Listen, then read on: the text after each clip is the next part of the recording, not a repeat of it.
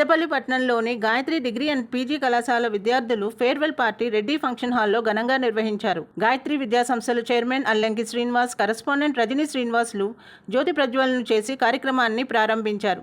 అనంతరం అల్లంకి శ్రీనివాస్ మాట్లాడుతూ, నేటి పోటీ ప్రపంచంలో విద్యార్థులు కేవలం విద్యతోనే కాకుండా జీవన నైపుణ్యాలు పెంపొందించుకొని భవిష్యత్తులో ఉన్నత స్థాయికి ఎదగాలని ఆకాంక్షించారు. కేవలం ప్రభుత్వ ఉద్యోగాలపైనే దృష్టి పెట్టకుండా ప్రైవేట్ రంగంలో కూడా అపారమైన అవకాశాలు ఉన్నాయన్నారు. ఈ పోటీని తట్టుకోవాలంటే విద్యార్థులు నైపుణ్యాలను అభివృద్ధి చేసుకోవాల్సిన ఆవశ్యకత ఉందన్నారు. అందరూ ఒకే లక్ష్యాన్ని నిర్దేశించుకొని దాన్ని సాకారం చేసుకునే దిశగా అడుగులు వేస్తే విజయం తప్పక వరిస్తుందని విద్యార్థులకు హితవు పలికారు. ఇటీవల శాతవాహన యూనివర్సిటీ ప్రకటించిన డిగ్రీ ఫలితాల్లో ఉత్తమ మార్కులు సాధించిన విద్యార్థులకు బహుమతులు ప్రదానం చేశారు. అనంతరం విద్యార్థులు ప్రదర్శించిన సాంస్కృతిక కార్యక్రమాలు అందరినీ ఉత్తేజపరిచాయి.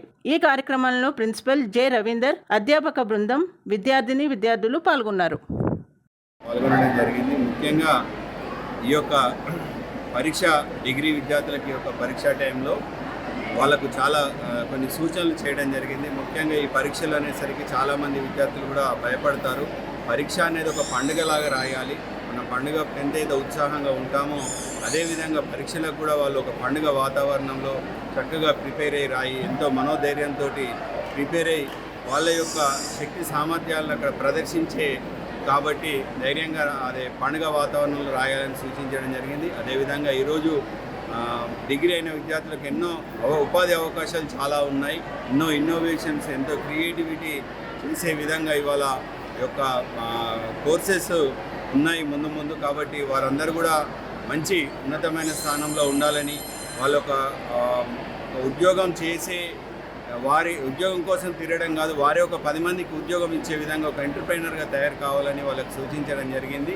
కాబట్టి ఇన్ని సంవత్సరాల్లో కూడా మా కళాశాలలో చదివిన విద్యార్థులు చాలామంది కూడా ఎంతోమంది సాఫ్ట్వేర్ ఇంజనీర్లు, మంచి పోలీస్ డిపార్ట్మెంట్లో ఎస్ఐలు, సిఐలుగా, అదేవిధంగా బార్డర్లో సైనికులుగా, అదే ఎంతో సేవా రంగంలో కూడా ఎంతోమంది కూడా స్థిరపడడం జరిగింది. అదేవిధంగా ఈ యొక్క నిర్విరామంగా నడుస్తున్నాడు, అంటే 22 వసంతాల నుంచి నిర్విరామంగా కళాశాలను నడుస్తుంది. ముందు కూడా అదేవిధంగా అందరి యొక్క సహకారాలు ఉంటే ఇంకా ఎంతో ఉత్సాహంతో ముందుకు మేము నడిపి మంచి విద్యార్థులను భావి భారత పౌరులుగా తీర్చిదిద్దే విధంగా మేము ఇంకా ముందు కష్టపడతామని ఈ యొక్క సందర్భంగా తెలియజేయడం జరిగింది.